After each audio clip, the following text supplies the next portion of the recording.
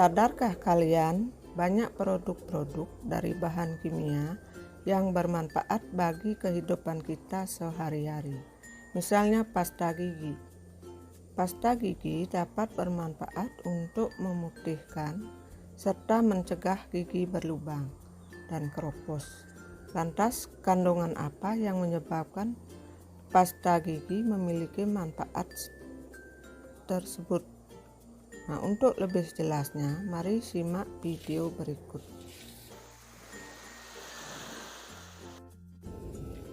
Halo sahabat belajar, kembali bersama Bu Sri Nadi.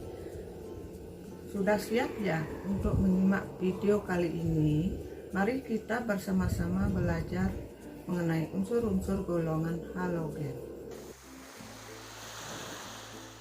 Pada zaman dulu, dari cerita orang tua, bahan untuk menggosok gigi adalah serabut jagung dan tembakau.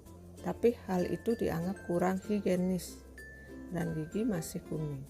Nah, sekarang sudah ada produk dari bahan kimia yang digunakan untuk membersihkan gigi, adalah pasta gigi.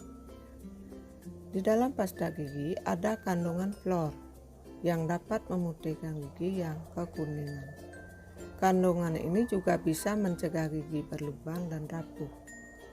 Nah, fluor adalah salah satu unsur yang tergolong ke dalam halogen. Apa kalian tahu apa itu halogen? Kita melihat pada tabel periodik, halogen adalah kelompok unsur yang termasuk ke dalam golongan 7A.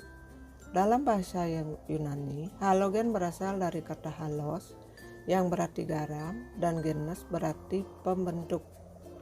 Jadi halogen adalah unsur pembentuk garam jika bereaksi dengan logam. Nah, unsur-unsur apa sajakah yang termasuk ke dalam halogen? Nah, kalau kita lihat dalam tabel periodik, unsur-unsur yang termasuk ke dalam halogen adalah yang pertama adalah fluorin, yang kedua adalah klorin, yang ketiga bromin, yang keempat iodin, dan yang terakhir adalah astatin. Nah, di alam dia dalam molekul diatomik, yaitu F2, Cl2, Br2, I2. Unsur astatin dalam golongan halogen merupakan unsur buatan yang tidak stabil karena bersifat radioaktif. Selanjutnya, apa manfaat dari masing-masing unsur halogen?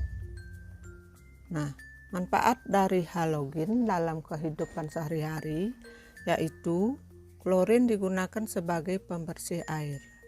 Bromin digunakan sebagai bahan anti api, iodin digunakan dalam obat antiseptik, fluor yang digunakan sebagai pendingin pada ASI, dan pemutih pada pasta gigi.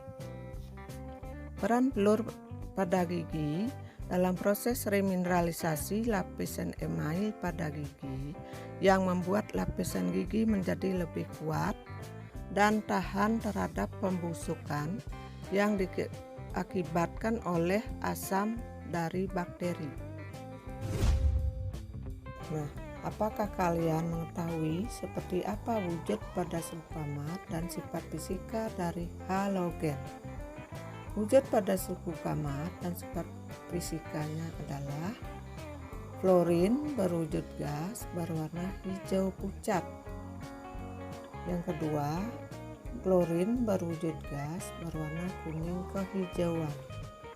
Yang ketiga, bromin berwujud cair berwarna coklat kemerahan. Iodin padat abu-abu yang menyublim menjadi uap warna ungu. Sedangkan yang terakhir, astatin berwujud padat dan mengandung daya radioaktif. Selanjutnya, Wujudnya akan mempengaruhi titik leleh, titik didih, dan kerapatan. Semakin padat titik leleh dan titik didih akan semakin besar, karena semakin kuat gaya London antar molekul halogen. Di sisi lain, semakin ke bawah dari tabel periodik, maka kerapatannya akan semakin meningkat. Sekarang sudah terbayang ya sifat fisis dari unsur halogen. Lalu, seperti apa sifat kimia dari halogen? Dari nomor atom rendah ke besar atau dari atas ke bawah, kereaktifannya berkurang. Maksudnya apa? Di dalam sebuah senyawa atau unsur yang lebih reaktif akan menggantikan unsur yang kurang reaktif. Nah, dalam kasus halogen ini, unsur-unsur yang ada di atas atau bernomor atom rendah dapat dengan mudah mengoksidasi unsur di bawahnya. Tetapi unsur yang ada di bawah tidak dapat mengoksidasi unsur di atasnya. Misalnya, Cl dapat mengoksidasi Br, tetapi Cl tidak bisa mengoksidasi R.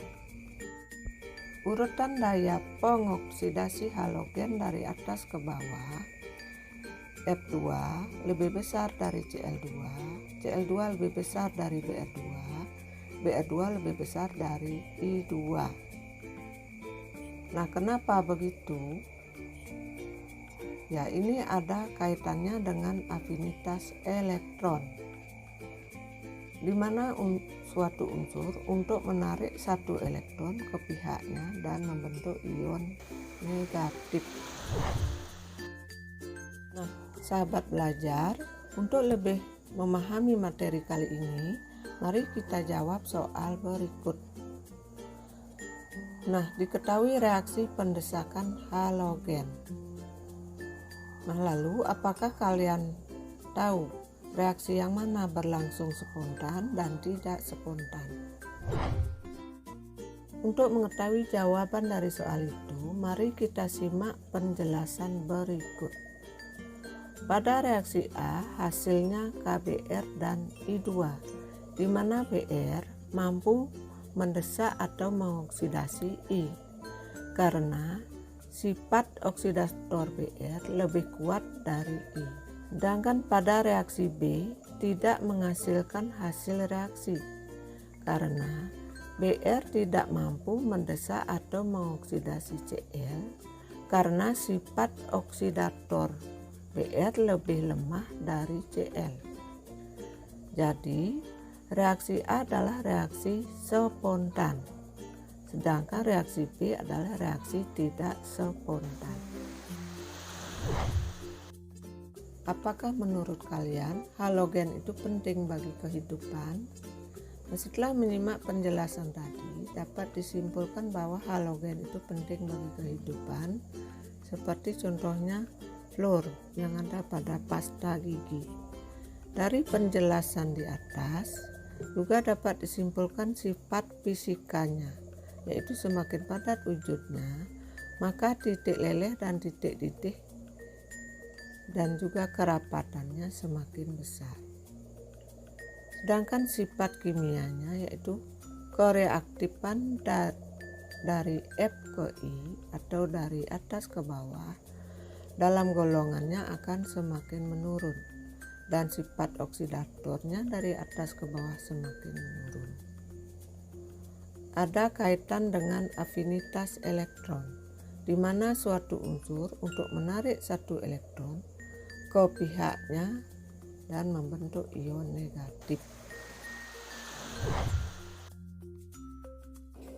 Nah, sahabat, sudah paham kan dengan materi unsur golongan halogen? Demikianlah video kali ini.